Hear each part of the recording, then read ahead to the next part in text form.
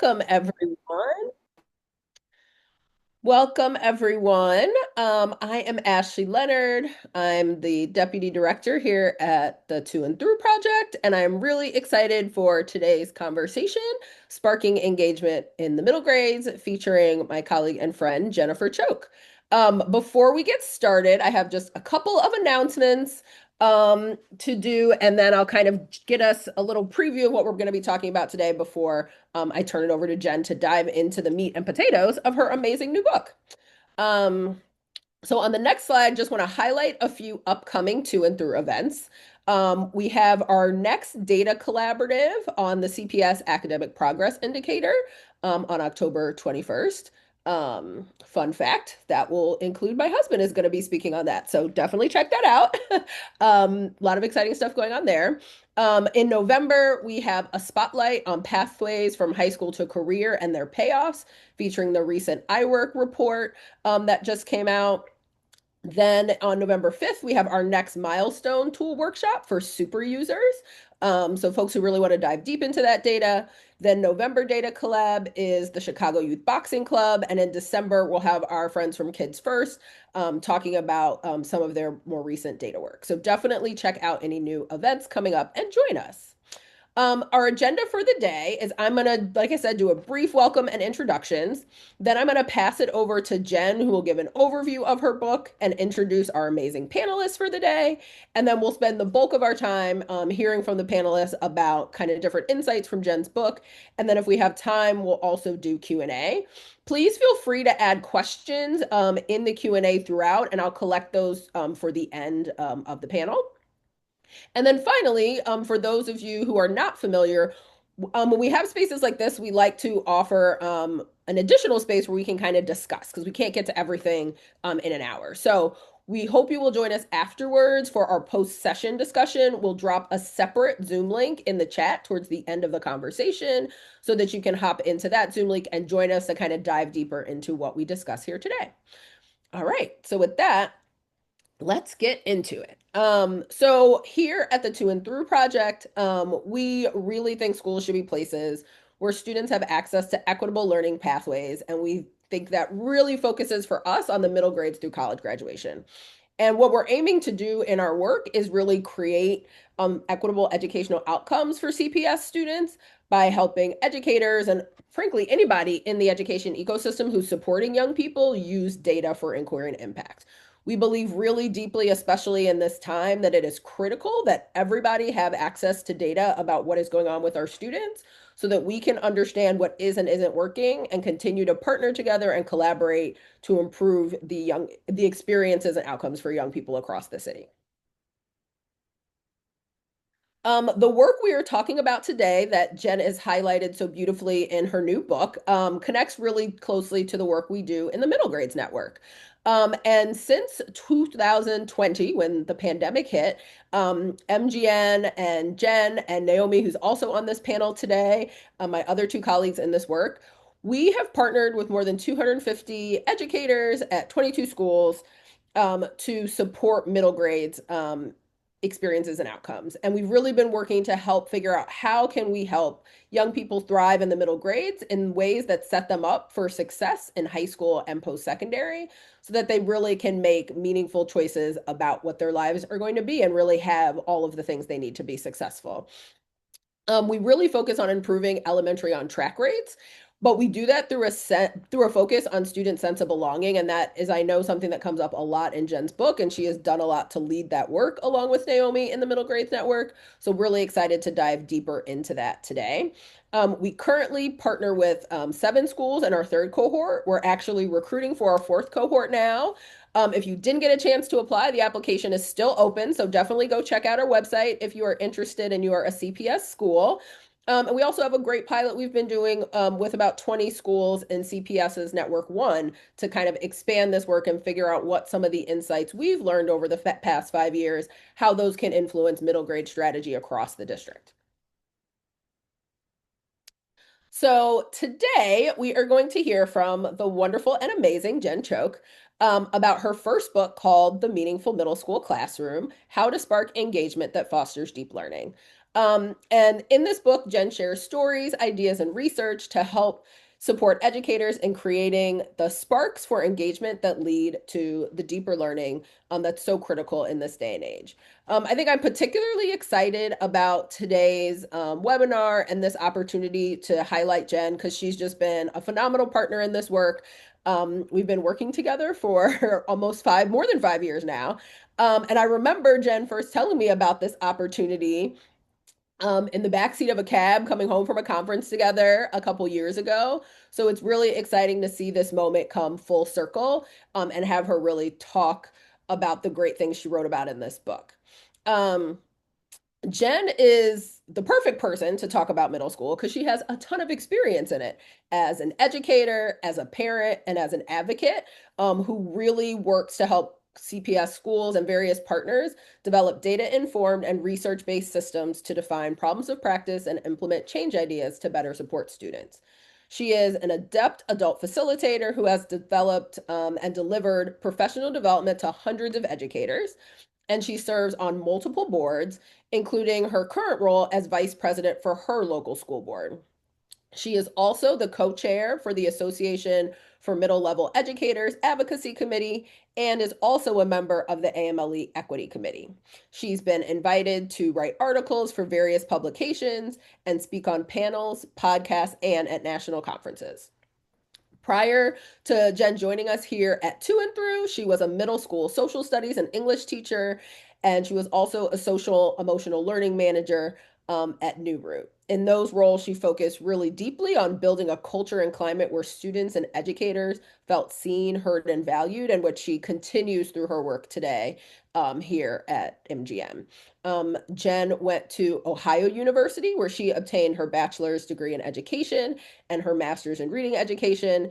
And she also has her credentials in college and career advising and gifted education. So that is a small taste of what she does, because there's also a million other things she does outside that influence why this book is so great and why I'm so excited for her to share all of her insights with us today. And with that, I will turn it over to none other than the wonderful Jen Ciok. Thank you so much, Ashley. I appreciate that introduction, and I'm so excited to have done this work alongside you for so many years. Good afternoon to you all. I'm so honored to have so many of you on the call today. We can see who is on the call, and I can see friends and families and colleagues from all the country, all over the country, and I'm so excited to have you in this space. I'm also so grateful to my team for hosting this webinar today, so I can not only share about the book I published last spring, but also to bring together some amazing panelists who I interviewed for this book to share their own experiences and research. But first, let me share a little bit about the book. As Ashley mentioned, my book, The Middle School Classroom, was released in May of 2025. It brings together my over 25 years of work in education, from classroom teacher to coach to my current role in the Middle Grades Network. If you want to go to the next slide. The chapters cover everything from adolescent brain development and the importance of qualitative and quantitative data to how to infuse storytelling, the arts, and authentic experiences into the classroom. In preparing to write this book, I ended up interviewing 12 researchers, educators, and coaches from all around the country. I also conducted 6 interviews with my own former students and then my own 2 children who are now in high school and college. I also had a survey go out to people from the ages of 14 to 50, asking the question, what do you remember from middle school? And from that, this book was born. Next slide, please. So why middle school? Adolescence is this critical time for brain development. Adolescence thinking is becoming more complex. The brain is strengthening those synaptic connections that are being used often, and then pruning away the ones that aren't. Students are also in this time of self-discovery as they figure out who they are, and then who they are at school, who they are with their peers, and then who they want to be in the world. This is also a time when engagement in school drops, as students sometimes don't see it as relevant to their lives. So as I wrote this book, I really wanted to think about how do we take this really critical time and make it meaningful for students, hence the title. If you want to go to the next slide. In writing this book, I came up with this acronym of Finding Your Spark to really help educators think about how they can spark that engagement for young people in their classroom using data and then also proven strategies, both from my interviews, my own classroom experience, and then years of research by both myself and others in really thinking about those different ways that you can engage that learning. Go ahead and go to the next slide. So the first part of Spark is study. This idea of study is really thinking about what that formal and informal information that you can collect from your students is. If you haven't read the book Street Data by Shane Saphir and Jamila Dugan, I highly recommend it. It is something that has both impacted the book that I wrote, but also the work we do in the Middle Grades Network. In it, they discuss the idea of this levels of data to better understand a student holistically. In this book, I focus on the different types of data collection, but also really talk about the positives of them, the challenges for each type, and how you can use that information collected to better understand what your students need and how you can co-create solutions with them. We really spent a lot of time in the Middle Grades Network and also in writing this book, thinking about student voice and how to elevate that in so many different ways. And these different strategies are ways to accomplish that goal. The P stands for plan. And really planning and thinking about what new ideas you can try in your classroom based on what you learn from that data that we just talked about. So as you collect that data from students, you're going to find out what is going to really interest them, things that they care about, things that they're thinking about, or things that they don't understand. In this book, I really focused on 3 themes that I heard throughout my interviews. One of them was storytelling, another was art, and the third was authentic experiences. Each of these chapters includes ideas for how you can integrate these ideas daily or into a longer project. There are tips for how to get started and also things to keep in mind as you integrate these new ideas. In our panel section, these amazing panelists that we have that we'll meet in a few minutes are really going to help us dig into each of these ideas a little bit more. So I'm not going to spend the time now to explain what's in each of those chapters, as they will do a beautiful job in that section. The R is for reflect. I really love, I'm sorry, the A is for analyze. Go back, sorry. The A is for analyze. In this chapter, I dig into how to analyze what you are learning from students along the way. I talked about this a little bit a second ago, and really thinking about the data you're collecting, but now you're really thinking about what did you notice as you put those new ideas into practice? And did that lesson or project go well? Were those students engaged? How do you know that they were engaged? And then what did they learn? Alongside that analyzing is going to be the next section on reflect. I know I jumped quickly to this one because I love this protocol from the CARE Network. The CARE Network is out of High Tech High out in California. And this protocol gives teachers the chance to share back what they saw in the data and have students really reflect together with their teacher and really thinking about what did we see in the data? What can we celebrate from it? What are 2 areas that we're still thinking about? And what's one question you have for your students on how to continue to make the lesson, the classroom environment, whatever it is, more engaging? And we found, as we've seen this work with our own educators, that this works really well. And it's a really quick way to both share some of those celebrations, but also get some feedback. There are other tools in the book for how to reflect on your impact and then make changes from that information. And then finally, the K is for Kindle. This is actually one of the most important pieces for me. And it's both how you keep the spark of learning going for your students, but also for educators. It's not all just about like, how do we spark this engagement from students, but also how do we make sure that educators are so excited to be there each day? Because we know how important it is to students that their teachers are excited to see them each day, that their teachers want to build those relationships with them. That educator-student relationship is critical in the middle grades, and the one that we think a lot about with our educators. And so this, knowing how hard teaching is right now, especially right now, keeping this Kindle alive is so important, which is a great transition to the part that I'm most excited about. I really want to introduce you to these amazing panelists who have joined us here today. I first want to introduce you to my colleague, Naomi Wilford. She is a visionary, a dreamer, and a disruptor. She's Boston-born transplant turned proud Chicagoan who has worn multiple hats as an educator over the past 14 years. She currently serves as the manager of coaching and improvement for the University of Chicago's To&Through project. Alongside me, we have the same role. In her role, she works closely with a cohort of schools and CPS to improve the middle grades experience for their students. In addition to her coaching responsibilities, she leads the MGN Student Fellowship. Prior to her work at To&Through, she was a Chicago public schools teacher, where she taught and designed for almost every grade level and subject area, with the middle grades being her absolute favorite. Thank you for joining us today, Naomi. Second, I'd like to introduce you to my forever colleague Augie Mua.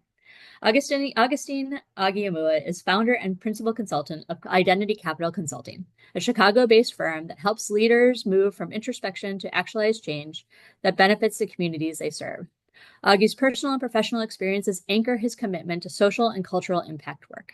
As a seasoned educational leader, author, and speaker, he continues to advance a philosophy reflected in his firm's name, that identity is capital and its value can be proven through the systems we build and the lives we impact.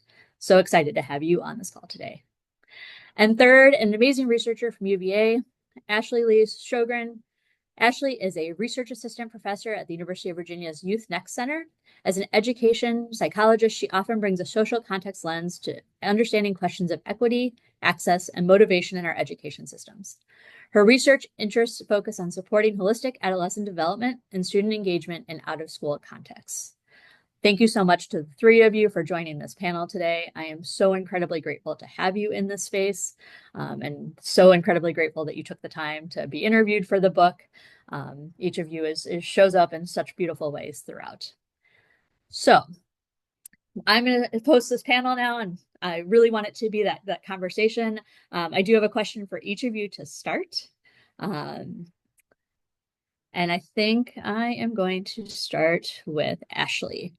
Um, Ashley, I'd love to have you talk a bit about this portrait of a thriving youth that you all worked on at UVA, and how you see that playing out in a middle school classroom, or what you think is most important for teachers to be thinking about when it comes to that portrait.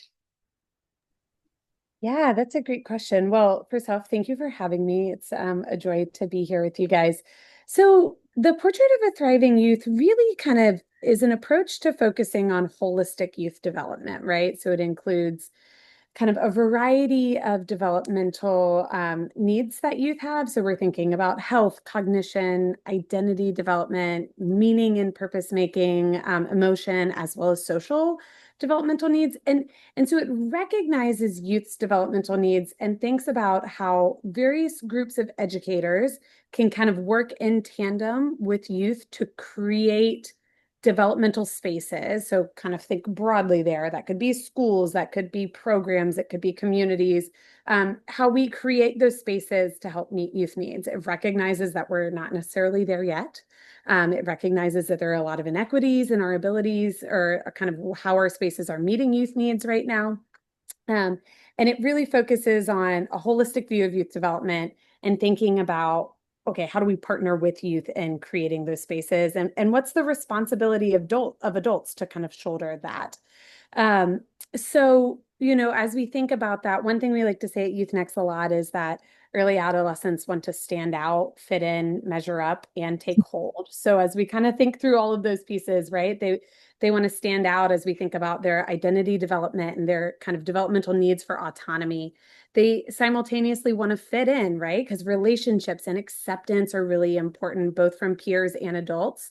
Um, when we're thinking about measuring up, we're thinking about that, they want to develop competency and find ways to achieve their goals. And then when we're thinking about taking hold, they have opinions and well thought out opinions, and they want to take stances on ethical, moral, and social issues, right? And so we, as the adults in their lives, get the honor and the privilege of joining them and helping to foster spaces where they can do that. And we know that adolescents are incredibly attuned to what people think of them, both their peers and their adults. And they'll either kind of live up or down to those expectations, right? And so what we think of them is really important, and the spaces that we foster for them are really important. So tangibly, I think there's 100 ways that we can do this, right? But I'll highlight a few that you all already do such a lovely job of highlighting so far. Is one, thinking about how we give them meaningful opportunities for student voice and leadership, right? Not these like just kind of like easy ones to place in, but like what does it look like to meaningfully engage them in the classroom? And then making sure that we're doing that with appropriate feedback loops, right? So not just asking for their opinions and their perspectives and then not being able to do anything with it and dropping it, but coming back to them and saying, hey, here's what we can do. Here's what we can't yet do, but I'm going to continue to work on it, right? So I think that feedback loop piece is so important. other couple of things that we think about are like, what does it look like to create a space that fosters growth mindset and how to authentically do that with youth as partners in their learning?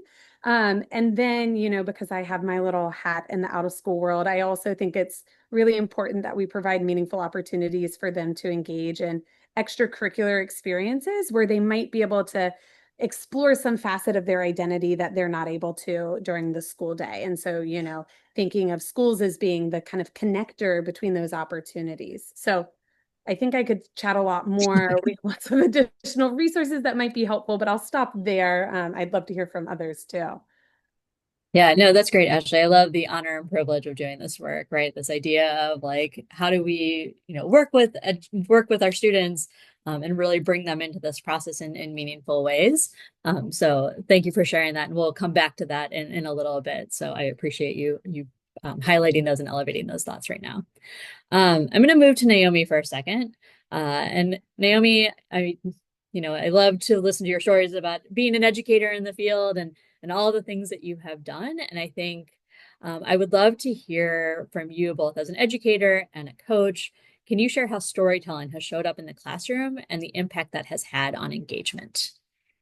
Ah, Jen, I love this question so much, and I love you. I'm just so grateful to do this work with you. Just want to give you all your flowers before I kind of dive in. Honestly, storytelling has always been such a big part of my life. I'm going to start with my mother, who's on this call, I think. Just thank you so much, Sapsy, for being here.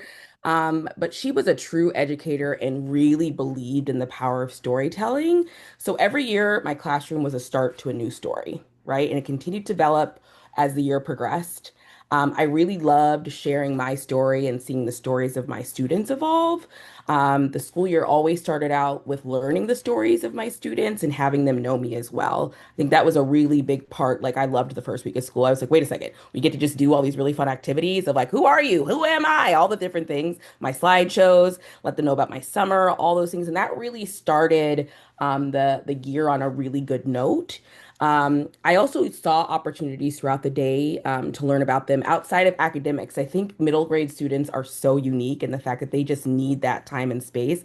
I talk to my schools all the time. I was like, take that 5 to 10 minutes to have them share just a small part of who they are, whether it's through a question of the day, whether it's through just like, oh my gosh, like I didn't know that you like to do that, or they see something that's of interest and they're like, I want to know more about that.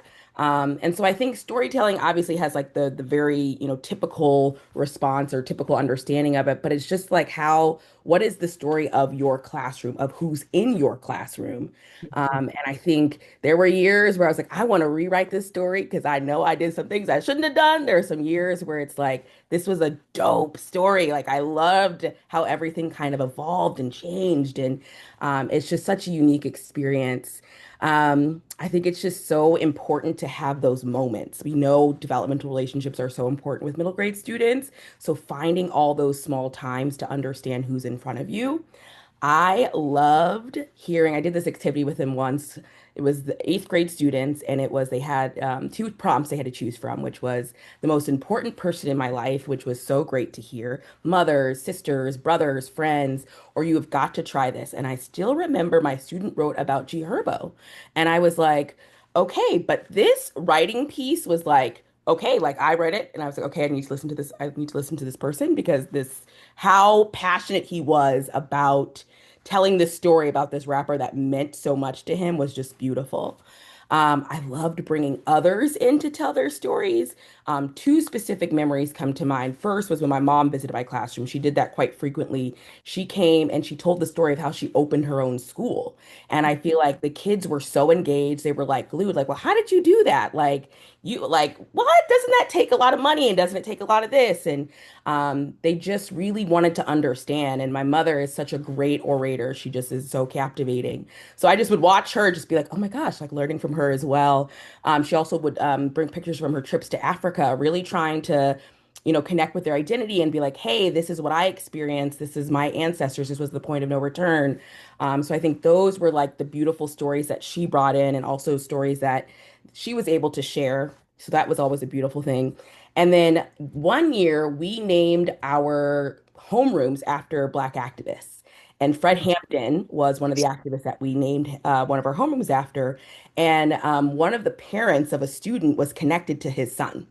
So his son came and spoke to our kids. And when I tell you, them hearing that story, the story of, the tragic, you know, um, murder of Fred Hampton, right? Like the tragic experience that happened, and hearing his son talk about the activism, share all the things that he had learned as a result of being, part of this legacy. And I still remember kids like raising their hands, pulling in things they had learned in the classroom, and really just engaging. And those moments were so powerful, so powerful. So I continue to, obviously share things with my schools. There's things that I've pulled that I still am like, hey, try this, because I am so deeply connected to classrooms being a very, very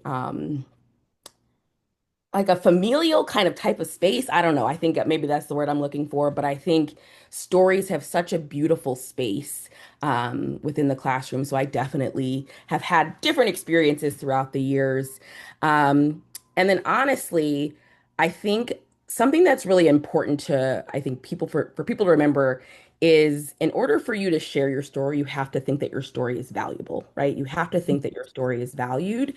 And I remember doing educator leader stories with some of our school team. You remember, I think remember they're like, my story is not important. I was like, wait a second. It is. It is. And if you think your story is important, right? Like your kids are going to think their stories are important. I know the team here has heard me say like your lived experiences are going to impact your approach to the world and the work. And I think that is, I deeply, deeply believe that so much. And so I really feel like once voices are heard and values, once voices are heard and valued, that kind of permeates into classrooms. And so I really challenge educators, specifically those that I work with, even in, the world in general, to really think about like, who are you when you show up in the classroom?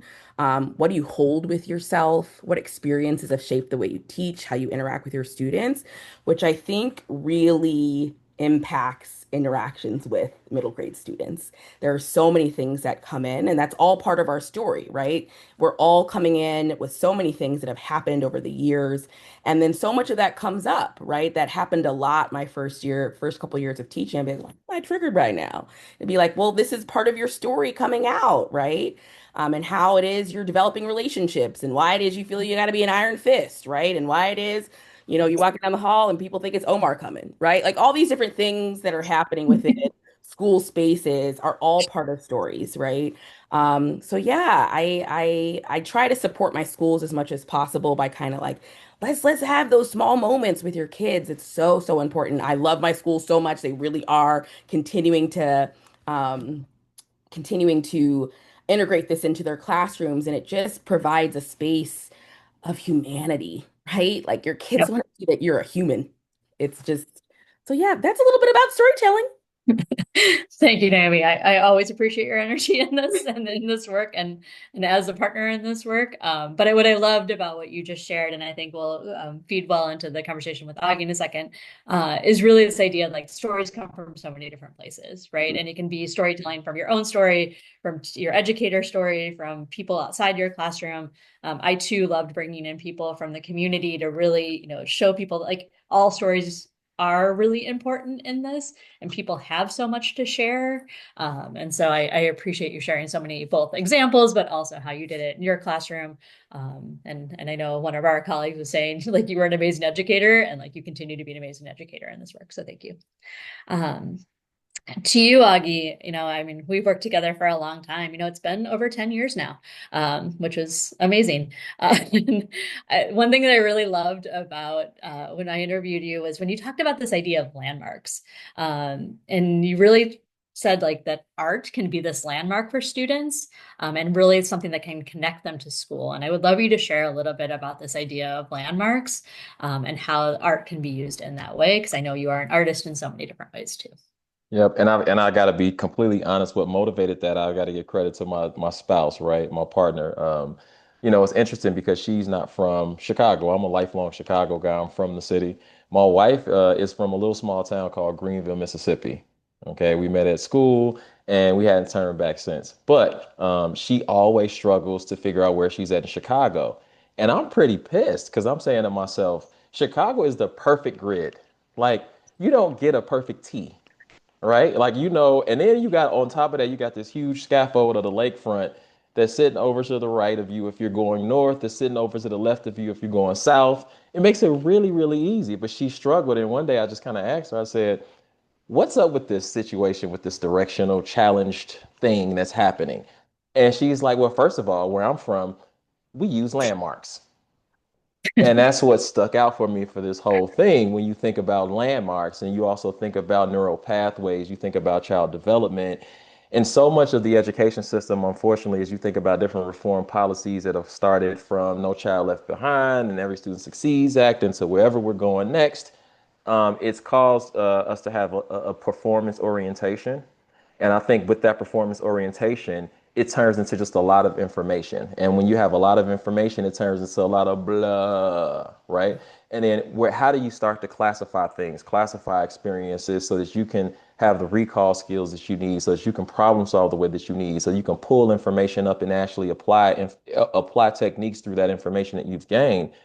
And I said to myself, man, children truly, truly need landmarks because at the end of the day, art isn't really just about expression. And I find that art to be a really awesome spot to create that because of what it produces in your mind and your spirit and your soul.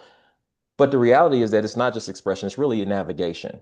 It's how we navigate those experiences that we've had. It's how we understand what was the lesson that was taught and why is it relevant, right? So you think about even in our experiences, for folks that don't know, Jen and I have been in the work for a while. And in all honesty, Jen used to kind of get me together as an administrator, okay? In a good way, in a very healthy accountability way. And one of the ways that she would get me together is really allowing me space to sort of be in what I thought were my talents and skill sets. And she would just sort of support and coach around that. And so much of my talents and skill sets were curating experiences for young people, period, point blank. So being able to do that work and seeing how it manifested in my time as a principal, yeah, no wonder. Yeah, for sure. Like we want to get murals up on the wall, but we also want to curate experiences for young people. Because at the end of the day, when we think about social emotional learning, just like art, you've got to invite the person into the process, especially good art. When you guys go to an art gallery or you see some amazing art, you're invited into the experience. That's the same thing that SL demands of our young people, right? So, one quick story that I'll give before we hop to the next question, and I've got to always bring this up because Jen was the one who convinced me to highlight this in a book. There's a young lady that still comes to me in my dreams, and her name is Tiana Hollenside. When I was a first year principal, I'm just doing my thing, right? I'm in the office, I'm talking to partners, and we just having a great old time.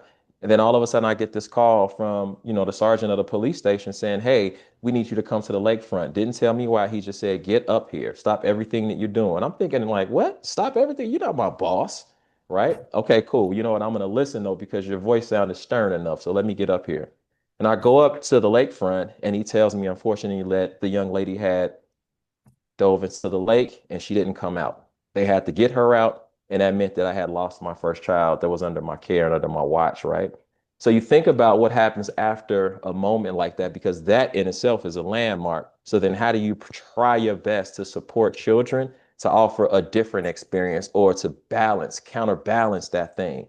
And what we did was, honestly, it was art, right? We had a spoken word guy come out in an auditorium to really pour into the children and let the children know that they meant something, to hear the children's stories, right, Naomi? We also made sure that we did things that were symbolic, right? Like giving Tiana her space, right? And a mural and making sure the kids understood that she's gonna be remembered in a healthy way for all the beautiful things that she was. We also did a balloon release, right? And took pictures and took those photos and kind of spread them out. So I say all that to say that, in this day and age, of course, all of our performance focus and it comes with the right intentions. But at the end of the day, we've got to still do the job of educating children. And we also got to do that with our adults. You think about it, right? When you go to PD, if anybody goes to professional development, after a while, that professional development starts sounding like, back in the day when the TV went off at 12 o'clock and you had that bing, that consistent sound. Like that's how PD starts to sound for some of our adults when you're getting hit with some of these same concepts over and over and over. So we've got to start looking at our classrooms and our schools as sites for experiential learning. just to ensure, right, that if there's a balance between high performing education and the things that children have to apply and demonstrate. We also want to make sure that we make time for them to express themselves, be brought into the process, and create tangible experiences that hopefully help them to classify things within their neural pathways. Thanks, Augie, and thank you for sharing that story about Tiana too. I know it is a poignant part of the book, and I appreciate you being willing to like let me share that story and also the work that you all did to really bring, her memory and all of that to the students to give them that space. So thank you for sharing that. And I also just want to say that I also agree with Sylvia on the landmarks. Sylvia is his wife, and I too get lost in Chicago still today. So I am right there with her, and I just want her to know that. So, thank you to all of you. And if my introduction wasn't enough to say to read the book, like just talking to these three people right now should give you lots of reasons to pick it up because their stories are throughout it, and I am so grateful to them for sharing those things today and also for the in the book. We are going to kind of move to some questions that anybody can answer. And if you want to build on what anybody else said, you're more than welcome to. I know a little bit of that was already happening. But I want to start with this idea of both qualitative and quantitative data and this idea of how can those really help to foster deeper learning in the classroom? So I'm going to throw it to you all, and whoever wants to start with that is great. I can go. Because I think it connects to storytelling, right? Like we talk to our educators all the time that when we see any type of quantitative data, it's a snapshot, right? It is when we're thinking just about maybe the student experience surveys they're doing, which is obviously a quantitative percentage that they're looking at to see how their students are experiencing their classroom. We honestly they get it on one day, right? When their students take it one survey 3 times a year. And we're always like, this is one part of the story. Only you and your students know what's happening in the classroom. We're here to try to make sense of that. And so I honestly feel like qualitative data is so, so, so important. I know with a lot of our schools, they see that, they want to know more. Okay, so what does meaningful mean to you, right? What does it mean to have your ideas taken seriously? And that allows them to kind of dig deeper. And that's what honestly helps start to foster very specific environments for classrooms. There's nothing, quantitative data is nothing without the qualitative story behind it. It's the same thing when we're looking at grades and attendance. It's the same type of process of like, how can we make sense of what we're seeing? And I think it's so powerful for our educators to see that. And Ashley, you're talking about students being such a meaningful part, student voice being super meaningful. We have that through the fellowship where educators are really able to like take a step back and say, hey, our students said this about what they're feeling about the learning conditions. We want to understand more. So we truthfully want to sit students down and be like, hey, what does it mean, for you to be able to feel like you can share your thoughts and opinions, right? What does it mean for your teacher to care about your life outside of school? And I think that is such a meaningful part of the experience with MGN. And then also allows students to be like, wait a second, my voice is being taken seriously. Because not only are they looking at what we've said on the quantitative side through this percentage that, we're trying to make sense of, but we're bringing this data, this qualitative responses back to schools for them to truthfully understand what's going on. And so that's such a valuable part of the process that I really hope folks have can do. I know it takes time, but it is so, so, so important to support deeper learning in the classroom for sure. And I'd like to add to that really quickly too, Mhm. because I feel like one of the things that I love about storytelling is that, of course, there's this culture side, like there's the social emotional piece, there's the building rapport, but I think that there's also this other piece that we don't often give enough credit to, which is the actual planning and preparation, right? In terms of, when you think about your reach performance domains, right? You think about planning and preparation, and a lot of folks go just to that one picture of that hard-nosed data when in actuality, it's so much stuff that you can find out from just allowing a kid to share their story or you sharing your story with the children. Um, One thing I will say about the work that we do at our firm, so we do a lot of ed reform stuff, but we also get a chance to pop out and do some other things, like do some city government work and work in a nonprofit space, even for-profit space. And one thing that I found to be very compelling is how now a lot of organizations are actually looking at storytelling as being really some of the best data. And there are a whole Mhm. lot of tools out there in aggregating that data so that folks can actually deliver great member, customer, or student experiences, right? So whoever's your end user to a thing, you take that information and you can actually use that information to your advantage. So I just love the fact that now we're starting to have conversations where storytelling and things like that are not seen as just soft approaches, but we also are using them to make critical decisions. Awesome.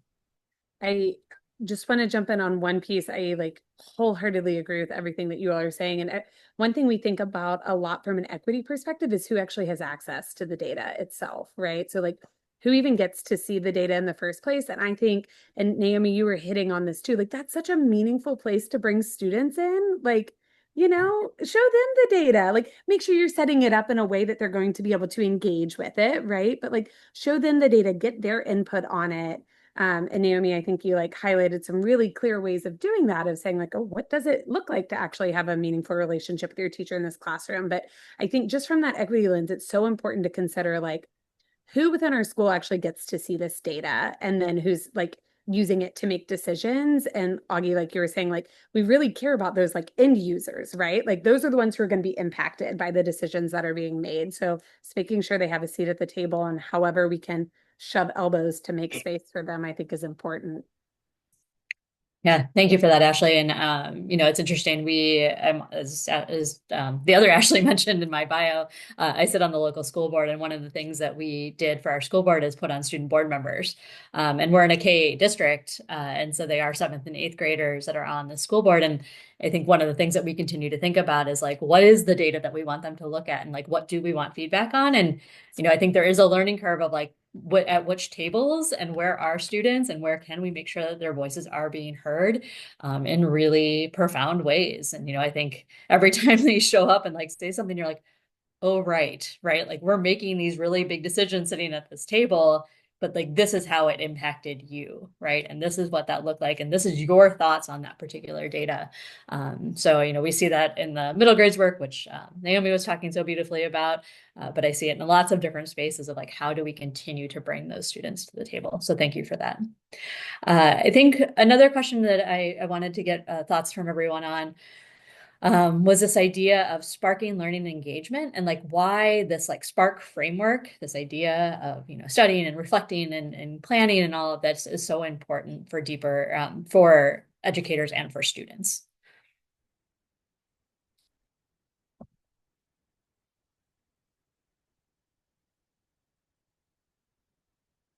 Who's going to be the brave person to come off the mute first? Let's find out.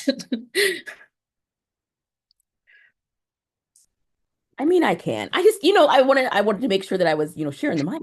I went first last time. I'm trying to, we're all okay. Anyways, um, so sorry. So I love a good acronym. I love a good like guide, right? So I think what's so important, like my background is my started with special education and kind of had a very long circuitous journey to where I am now. But it like honestly reminded me of like a SMART goal where it's like you're given actual steps to see what's happening within your classroom, right? To really try to figure out what is working and what are the shifts that might need to be made. So even when you use it for the storytelling, it was like, what stories can you use, right? And then I think for educators, it's really important to have some sort of roadmap to follow to kind of say, hey, this is what I can do to start. Like, is it what is because I can't think of it right now, but study is one of them. And then remind me of the other four, Jen. Plan, analyze, reflect, Kindle. And then Kindle, that word Kindle, I love so much. Because one, I think it's just a great word to use. And I think it really is just reflective of like, hey, how can we make this work, right? I think educators want to figure out how to do best for their students, right? Like that is hands down what they want in the classroom. So I think having some sort of roadmap to follow is super helpful. And then like the questions to help, the questions to say like, hey, how can I see? How can I understand what's really happening? So I think it's just super helpful for educators in general.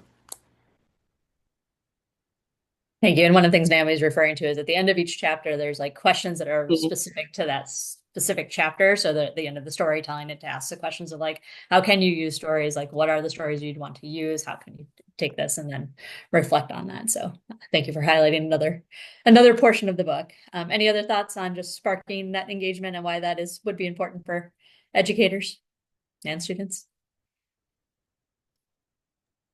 Ashley, I mistakenly cut you off last time, so I'm just trying to make sure we get. Yeah. Okay.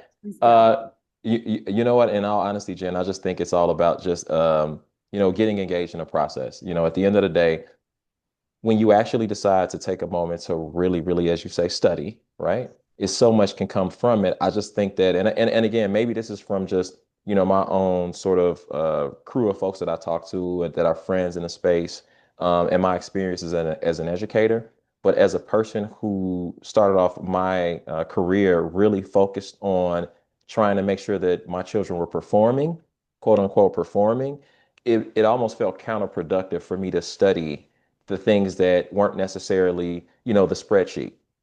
Mhm. So, or it wasn't specific to my content.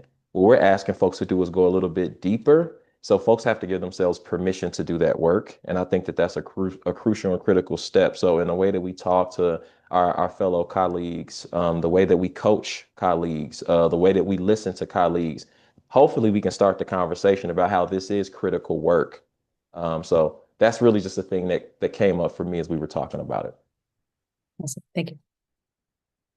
Ashley, anything you want to add? Just one last piece. I feel like I'm scooping in at the end, getting to build off of everyone else's brilliance. So thank you for letting me have that.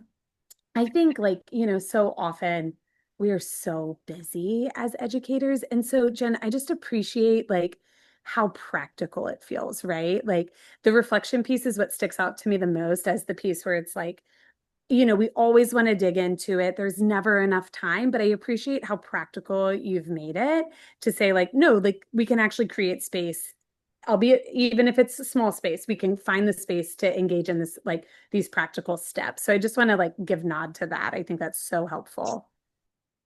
Well, thank you. I appreciate that. Was not calling out for the compliments, but I do appreciate. That was my goal, right? Like when writing this book, I wanted it to be practical for educators and be able to pick up and take something from it, and take all of the brilliant ideas that you all brought to it, and say you can bring in something that is like a 5-minute thing, like Naomi was talking about earlier. Like take those 5 to 10 minutes, or a huge project that you want to take on to get to one of these. And I think both things are needed, and both things are important. But to your point, Ashley, people are so busy. And so if you can just take one thing from it and say, you know what, I'm going to try this. I'm going to see how it went. I'm going to ask students how it went. And then I'm going to make those changes. I think that's the thing that I wanted and hoped that people are taking from the book. So thank you. I want to ask one last question. I know we're supposed to be at Q&A, but we can make this a little loose. So I do want everyone to say, what is the thing that you think is the most important thing for educators to keep in mind when you're working with middle school students? This is such a fascinating age, one that I've spent so much time with and love. I often would say I loved teaching middle school, but I didn't want them in my house. I did raise 2 of them past this point, so we made it. But they are amazing and they have such interesting thoughts and all the things. And so would just love for each of you to reflect on what do you think that most important thing is in working with this group of students? See all the light bulbs going off in heads and trying to figure out that thing. I don't know Thanks. that this is the most important, but the first one that comes to mind is that they're trying on so many different hats as a part of exploring their identity.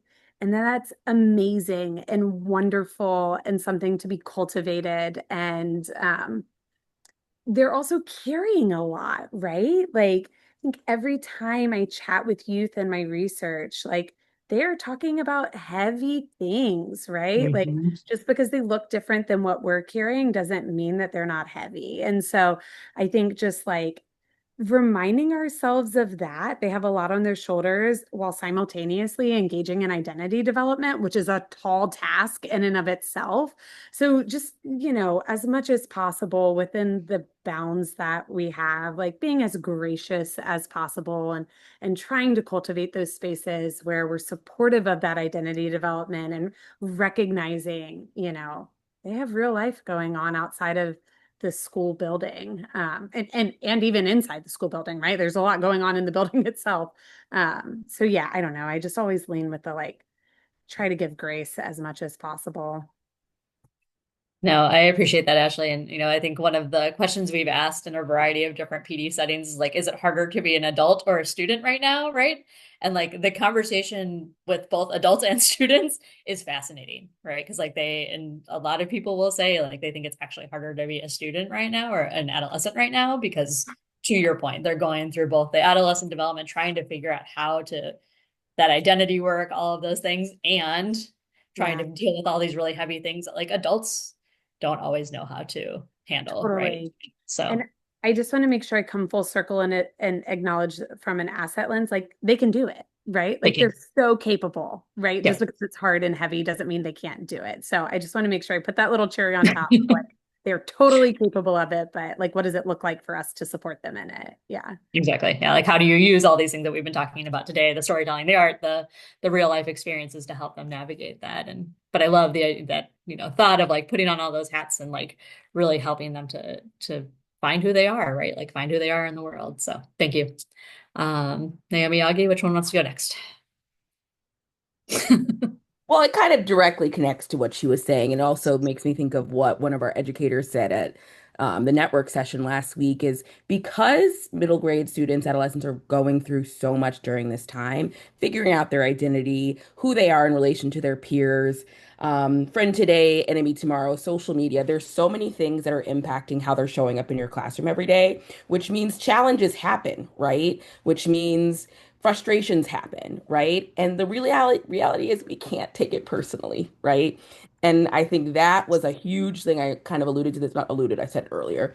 But like I took things really personally my first couple years of teaching, and I was like, wait a second, child, you are grown, okay?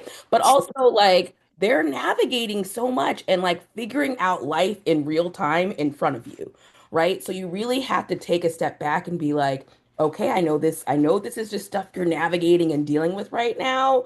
I know your brain is like rapidly going here, here, here, and there. Your impulses are all over the place. And so I really feel like it's like you've got to kind of take that out of the equation, which I know is hard sometimes. I know is hard. But I think it's just really also putting yourself back in like a seventh grader's position. And you're like, okay, I remember, right? I remember. So navigating all the things that are going on and recognizing that are if there are challenges happening or things are going on, you just can't take it personally and just remember all the things that you can when you're working with them.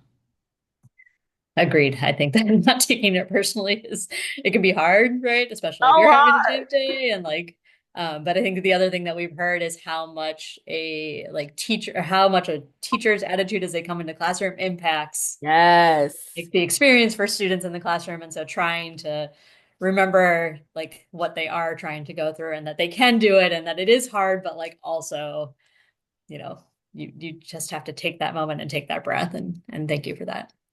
All right, Augie, you get to bring home the advice for what to think about here. Well, I'll tell you the first thing is, Jen, that question is very triggering. So trigger alert on that, because, so in my experiences through the full gamut, right, pre-K through 12, I can honestly say that the middle school grade, is the most pragmatic, the most, it is really, really something. So, the first thought that came to my head, echoing what you were saying, Ashley, because a lot of thoughts, but the first thought was the self-centered one. It was, and I won't say self-centered, I would say self-preserving. And I would just offer to everyone to truly make sure you have a routine to edify yourselves. The frontal lobe is not fully developed. But that's a part of why, yes, we're educators, but we're also chief identity investors. We have to be the ones that truly, truly help to cultivate and shape their identities. They're coming into a place where even academics are changing, right? So the demands of it, figuring out things like executive function and skills, figuring out things like more complex problem solving, our world is changing around us right now, right? There are some things that all of us are learning in this time, especially of hyper AI and, just all of the things going on in the world on top of the actual typical things that are happening child development wise. So it's a gumbo. We got gumbo. So you're stirring gumbo. which means that you need to give yourself a little bit of a break. You need to edify yourselves. I don't know if that means for you 5:30, 7 a.m. I don't know if that's in your class for a moment. We talk about self-care a lot, but I think it's also giving yourself that pat on the back and saying, you know what? Like, I'm their chief identity investor. And I'm going to take a pause for a quick second and acknowledge the greatness in that. Hmm. Yeah, no, thank you for that. I think I saw Naomi taking a note on chief identity investor over there. So um, I think that'll pop up in a network session soon. So thank you for giving us another tagline there. No, but I am truly grateful to each of you. I know we are coming up on 4 o'clock here, and I just again want to say like this book was such a joy to write. I really enjoyed having all of these conversations and talking to so many people across the country, from Virginia to California to up to Maine. It was all over the place, all these different people. And everybody just had so much to say about like how important this time is, right? How important middle school is, how important it is to really think about what we're doing in these classrooms each day. And I know there's a bunch of really amazing middle school teachers and educators on this call, and you are doing amazing work each day. And I want you to remember that also, and know that there are so many people walking alongside you. So if you want to learn more about each of these people from the book too, please pick it up. We do appreciate it. And again, I'm grateful. I'm going to pass it to Ashley, I believe, to talk about the next steps. But thank you again. Thank you to all of our panelists. Jenna, I'm going to throw one. We had one Q&A question that I think you could answer fairly quickly. So we got 2 minutes. So I'm going to go for it. Robin asked, what sort of written published stories do you share with youth that you think are like really powerful? Like short stories, novels, like what kind of things did you find were most helpful in your classroom or in different experiences you've had? I also am going to have Naomi type in chat too, because she had some amazing ones in the book that I think that question probably relates to. But I think for me, I think it was the stories of the people in my community.